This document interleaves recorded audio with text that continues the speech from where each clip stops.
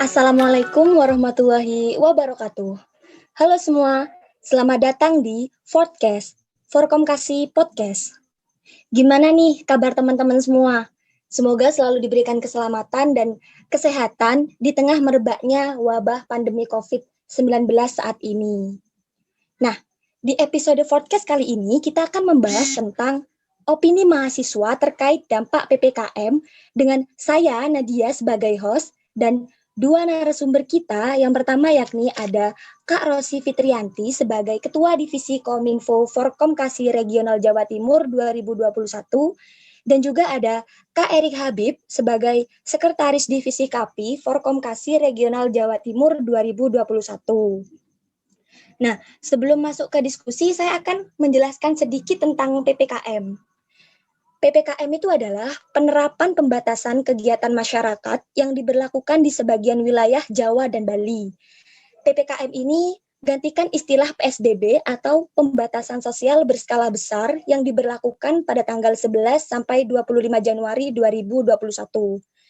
Presiden Jokowi mengumumkan penerapan pemberlakuan pembatasan kegiatan masyarakat atau PPKM darurat berlaku mulai 3 sampai 20 Juli 2021. Nah, PPKM darurat ini meliputi pembatasan-pembatasan aktivitas masyarakat yang lebih ketat daripada yang selama ini sudah berlaku. Jadi PPKM ini diberlakukan sebagai salah satu cara untuk memutus mata rantai penyebaran virus corona yang terus meningkat dalam beberapa waktu terakhir. Berdasarkan Sikrito yang sudah kita sebar, itu banyak sekali teman-teman yang merasakan dampak dari PPKM ini sendiri. Yakni yang pertama, bosan. Ada yang nggak bisa liburan. Terus kemudian ada yang bilang kalau PPKM ini menyulitkan mahasiswa dalam urusan administrasi. Dan juga selain itu, ada juga dampak positif yang dirasakan teman-teman sekalian, yakni bisa melatih soft skill melalui webinar dan lain-lain. Nah, sehubungan dengan PPKM, jelas memberikan berbagai dampak, entah itu dampak positif dan negatif. Nah, menurut narasumber sendiri nih, apa sih dampak yang dirasakan saat PPKM ini? Gitu. Yang pertama, saya persilakan kepada Kak Rosi terlebih dahulu untuk menyampaikan opininya terkait dampak yang dirasakan saat PPKM ini. Halo Kak Rosi. Ya, halo. Bagaimana kabarnya Kak? Alhamdulillah baik. Ya, monggo Kak Rosi untuk Gimana? menyampaikan opininya. Oh ya. Ya, halo teman-teman semuanya. Kenalin aku Rosi, mahasiswa Kesejahteraan Sosial UNED 2018. Kalau dampak yang aku rasakan sendiri sih apa ya? Berdampak ke kuliahku sih. Sekarang sedang di apa ya? KKN kan, waktunya KKN kan aku. Nah, itu banyak banget apa peraturan-peraturan yang akhirnya tuh kayak diubah lagi, yang awalnya sebenarnya kita mau penerjunan dekat-dekat ini tapi terus diundur dengan waktu yang belum pasti kayak gitu. Jadi berdampak juga sama perkuliahan sih itu. Dan kebetulan aku juga kadang itu sebelum-sebelumnya tuh sering gitu loh nongkrong sama teman-teman, ngobrol sharing ini itu dan sebagainya. Terus tapi pas ada PPKM ini akhirnya sedikit berkurang waktu untuk ngobrol sama teman-teman itu. Itu sih dampak positifnya. Kalau dampak positifnya sih ya seperti yang tadi beberapa yang disebutkan di Secreto, aku bisa mengembangkan diri lewat webinar, terus mungkin apa ya, aku jadi kayak iseng-iseng ngedit-ngedit bikin apa gitu dan lain sebagainya. Lebih produktif sih, kayak gitu. Meskipun di rumah aja. Gitu sih kalau dari aku. Iya, wah makasih Kak Rosi. Selanjutnya kita beralih ke Kak Erik. Apa sih yang Kak Erik rasakan saat PPKM ini, apa dampak yang dirasakan sama Kak Erik?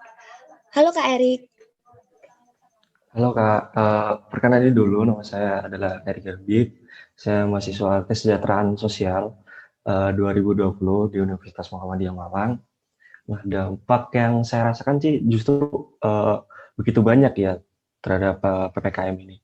Karena juga saya mempunyai hobi tersendiri, yaitu mungkin hobinya ya keluyuran kemana-mana, traveling, naik gunung. Nah, dengan adanya PPKM seperti ini, eh, saya nggak bisa kemana-mana. Saya mungkin juga sering stres di rumah, terus juga gabut nggak ngapa-ngapain kadang.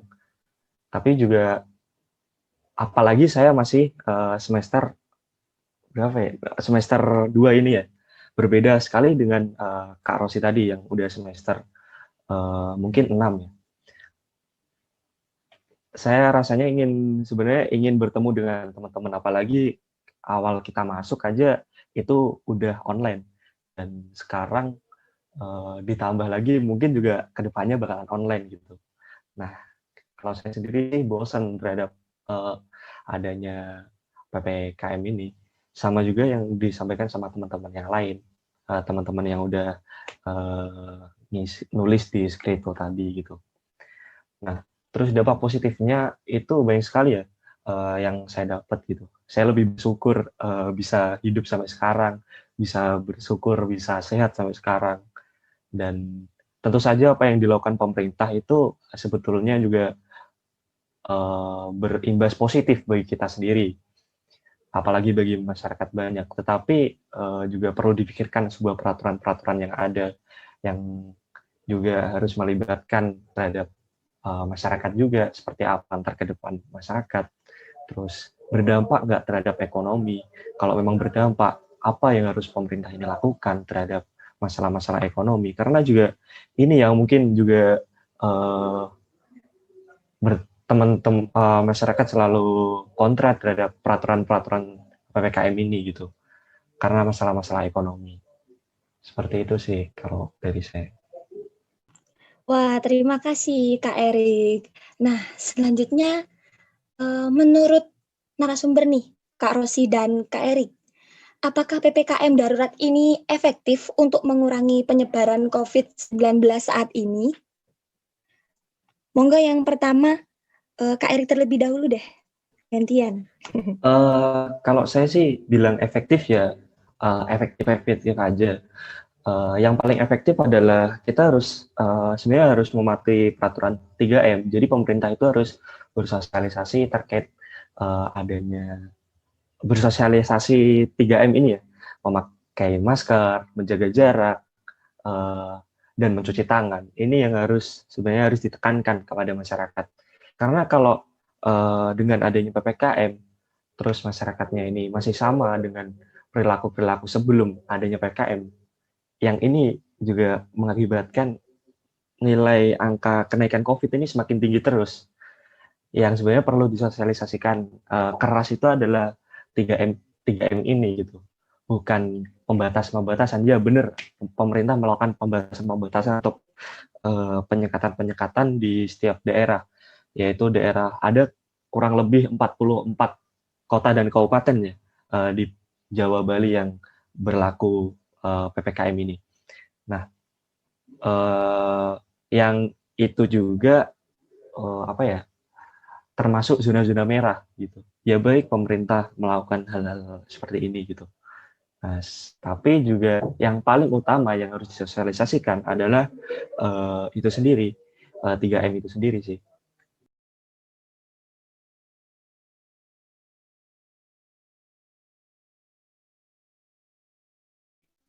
Wah, sangat luar biasa sekali ya Kak Erik.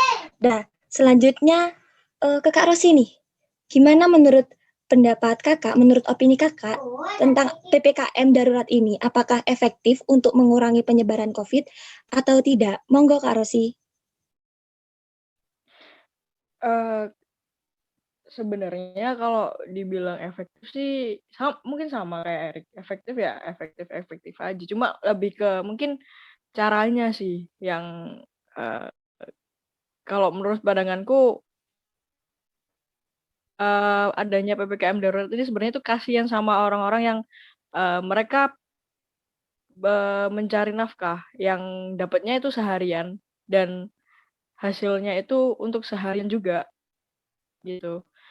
Eee, Pedagang-pedagang kecil lah istilahnya. Aku ngeliat tuh sampai yang yang disiram lah, ada yang digusur lah, inilah itu.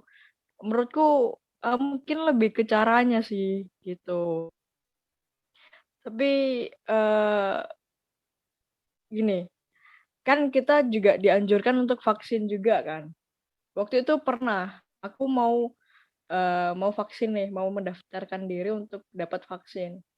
Di suatu, rumah sakit sebelum di rumah sakit tuh ada di mall.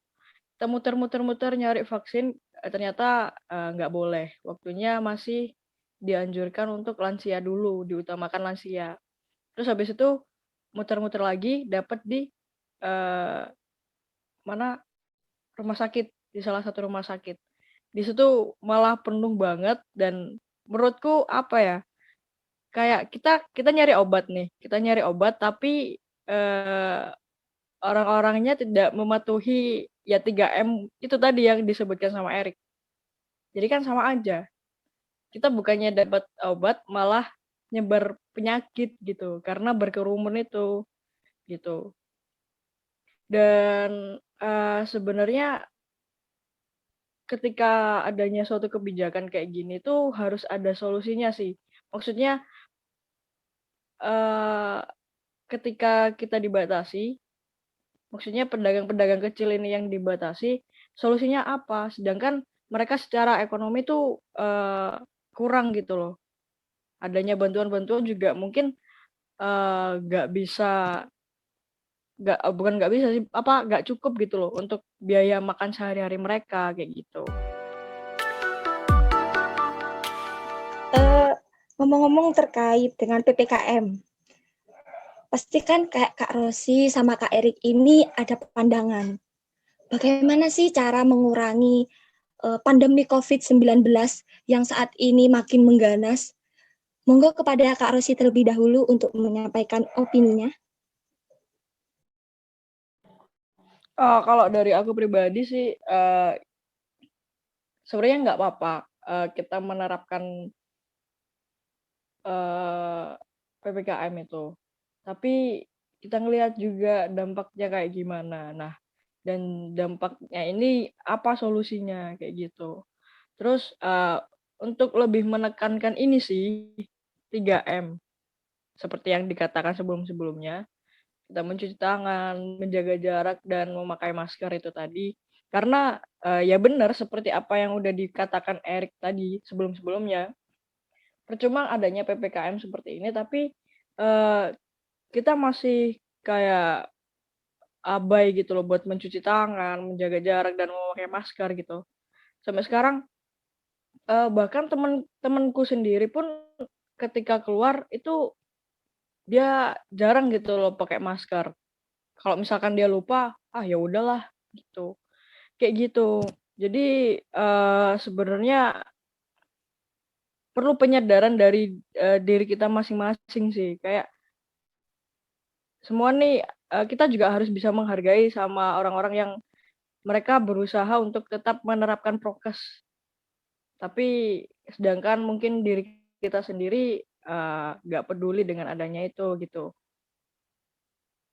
Mungkin itu sih kalau dari aku dan ini, kalau memang untuk pengobatan, vaksin, dan lain sebagainya, mungkin lebih dibatasi dan juga disistem dengan lebih baik lagi karena, eee, ketika kita pengen nyari obat tapi malah kena penyakitnya kan juga sama aja gitu loh, kayak gitu sih menurutku.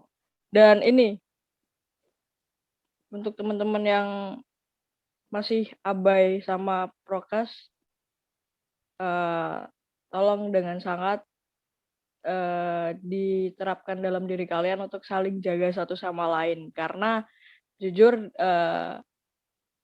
di teman-temanku ada beberapa yang udah kena dan COVID is real. COVID itu benar-benar ada. Jadi saling jaga satu sama lain. Itu aja sih mungkin dari aku. Wah, terima kasih Kak Rosi. Selanjutnya Kak Erik sendiri. Gimana sih Kak upaya atau opini Kakak terkait pandemi COVID-19 ini untuk mengurangi pandemi COVID-19 ini? Monggo Kak Erik. Nah, tentu saja sih kembali kepada diri kita sendiri ya, atau memang orang-orang terdekat kita. Bagaimana cara kita untuk bersosialisasi kepada mereka agar mereka juga mentaati sebuah peraturan-peraturan. Jangan sampai kita juga abai terhadap COVID ini. Nah, terkait hal vaksin yang udah digelar sama pemerintah, nah ini juga harap disosialisasikan kembali karena juga pandangan stigma yang ada di masyarakat itu bahwa setelah vaksin dia udah terhindar dari COVID. Padahal vaksin itu untuk memperbarui imunitas tubuh kita. Yang seharusnya setelah vaksin mereka harus istirahat di rumah dan perbaikan imun ini kan juga membutuhkan waktu. Dari imun yang lama akan diperbaiki menjadi imun yang baru. Nah, hal-hal kayak gini kan kalau memang mereka abai, imunitas ini nggak akan terbentuk. Jadi makin gampangnya virus COVID ini masuk. Apalagi sekarang ada varian terbaru, yaitu varian uh, Delta. Nah, ini justru kurang lebih, kalau yang saya tahu ya, kurang lebih nih, mungkin juga saya tahu bahwa virus varian Delta ini kurang lebih 80% lebih ganas daripada varian-varian sebelumnya. Nah, ini perlu adanya kita gimana ya, sadar diri lah buat teman-teman juga yang mungkin mendengarkan saat kita podcast kayak gini, tolong juga hargai para mereka tenaga medis, para relawan yang udah mereka mempertaruhkan nyawa mereka, bahkan mereka merelakan sebuah keluarga yang harus mereka urusin. Ternyata mereka harus ngurusin pasien-pasien yang terdampak COVID seperti ini. Nah, perlu ditekankan lagi terkait vaksin ini harus juga perlu adanya sosialisasi yang tinggi sih, perlu sosialisasi yang begitu teriakan lantang. Karena percuma kalau kita udah vaksin, walaupun kita udah punya kartu, tapi kita setelah itu nggak mematuhi, setelah vaksin harus ngapain, setelah vaksin pertama harus ada vaksin kedua. Nah, kalau memang itu nggak dijalankan, ya juga sama aja kita juga akan tertular virus ini. Karena di akhir-akhir ini kan setelah divaksin malah justru grafik angka COVID ini semakin meningkat. Nah, ini bisa kita simpulkan bahwa mungkin dengan adanya vaksin, masyarakat ini terlalu mengabaikan, wah saya udah vaksin nih, berarti saya terhindar dari sebuah penyakit. Nah, ini perlu ditekankan lagi. Dan buat teman-teman yang udah mendengarkan podcast kita, juga tolong hargai kebijakan pemerintah, tolong hargai tenaga-tenaga medis yang sudah berjuang mati-matian, apalagi mereka memakai pakaian hazmat seperti itu juga susah sih, yang juga dulu pernah saya rasakan sewaktu saya juga ikut Satgas COVID tahun lalu sih. Saya soalnya juga ikut Satgas waktu tahun lalu itu, awal-awal dulu, itu saya jamin deh nggak betah banget, nggak enak banget deh kalau memang harus pakai pakaian hazmat, harus intinya pokok APD lengkap lah, memakai masker harus 2 lapis gitu, nggak enak, serius nggak enak banget, apalagi orang yang memang terdampak udah terdampak COVID ini. Itu mungkin pengalaman dari keluarga saya barusan minggu lalu, itu satu keluarga saya full mungkin bisa dibilang reaktif lah COVID ini. Bahwa COVID ini nggak hanya menyerang ke mungkin orang yang kita nggak kenal, bahkan orang yang kita kenal aja, yang seperti katakan Kak Rosi tadi, bahwa orang samping temannya aja bisa terdampak, dan keluarga saya ngalamin hal itu gitu. Nah, saya harap juga para teman-teman yang udah mendengarkan podcast kita itu lebih taat terhadap sebuah peraturan yang udah ditetapkan sama pemerintah dan support terus para tenaga medis, relawan, dan pemerintah juga. Itu sih kalau dari saya. Dan ini satu lagi dikit untuk orang-orang yang iseng kadang menyebarkan isu-isu hoax terkait pandemi-pandemi seperti ini, di masa pandemi seperti ini, tolonglah nggak usah lagi kayak nyebar-nyebarin kayak gitu. Misal ada tiba-tiba ada varian baru, ketawa bisa langsung meninggal, kan nggak lucu gitu loh. Jangan membuat kepanikan ini jadi sebuah lelucon gitu. Nggak apa ya, kasihan juga gitu. Yang misal mereka benar-benar berduka karena adanya pandemi ini, malah dibuat lelucon gitu. Itu sih tambahan dari aku. Ya, Kak Rosi dan Kak Erik, sedikit menambahi bahwa memang masyarakat ini melihat COVID ini hanya sebagai konspirasi. Ada juga yang bilang kalau misalkan COVID ini hanya sebatas kebutuhan politik. Ada juga yang kalau misalkan divaksin itu bisa meninggal, bisa sakit. Padahal vaksin itu justru untuk meningkatkan imun tubuh kita masing-masing. Nah, seperti itu. Memang banyak sekali masyarakat yang belum percaya karena lebih mempercayai berita yang ada di Facebook daripada berita yang sudah benar-benar nyata, sudah benar-benar terbukti keakuratannya seperti itu. Nah, jadi dapat saya simpulkan terkait dengan podcast kita kali ini, yakni dampak yang dirasakan pada saat PPKM, ada yang merasakan bahwa banyak peraturan saat di dunia perkuliahan itu diubah dan kemudian berkurangnya waktu untuk ngobrol maupun berkumpul bersama teman-teman kita. Dan juga ada juga yang merasakan dampak positif, misalkan ya lebih produktif dengan cara mengisi kegiatan dengan ngedit-ngedit maupun buat pamflet seperti itu ya. Dan juga ada juga yang bersyukur bisa hidup sampai sekarang seperti yang dikatakan Kak Eri tadi.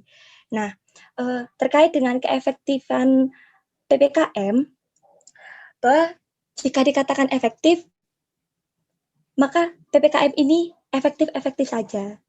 Namun dampaknya juga ke masyarakat kecil yang lebih yang dampaknya juga ke masyarakat kecil yang memiliki pekerjaan di luar seperti pedagang, seperti itu. Ada yang sampai ditendang karena nggak segera nutup gitu ya. Terus untuk solusi yang ditekankan saat PPKM ini, menurut Kak Rosi dan Kak Erik, itu lebih menekankan pada 3M, menyadarkan masyarakat kepada 3M, dan kemudian pengobatan vaksin yang lebih dibatasi dan disistem karena seperti yang kita lihat, pada saat vaksin ini masyarakat banyak yang bergerombol dan menimbulkan kerumunan seperti itu. Dan juga lebih mensosialisasikan tentang vaksin demi memecah adanya stigma-stigma buruk tentang vaksin dan juga COVID-19 saat ini. Nah, sekian podcast dari kami. Saya Nadia menyampaikan terima kasih kepada narasumber dan audiens. Dan jangan lupa untuk dengerin podcast dari Forkomkasi Regional Jatim lainnya. Dan juga kepada para audiens dan seluruh pengurus Forkomkasi Regional Jawa Timur, jangan lupa untuk menjaga kesehatan dan mematuhi protokol kesehatan guna mengurangi penyebaran virus COVID-19 saat ini. Sekali lagi saya sampaikan terima kasih. Sampai jumpa di episode podcast Forkomkasi lainnya. Wassalamualaikum warahmatullahi wabarakatuh.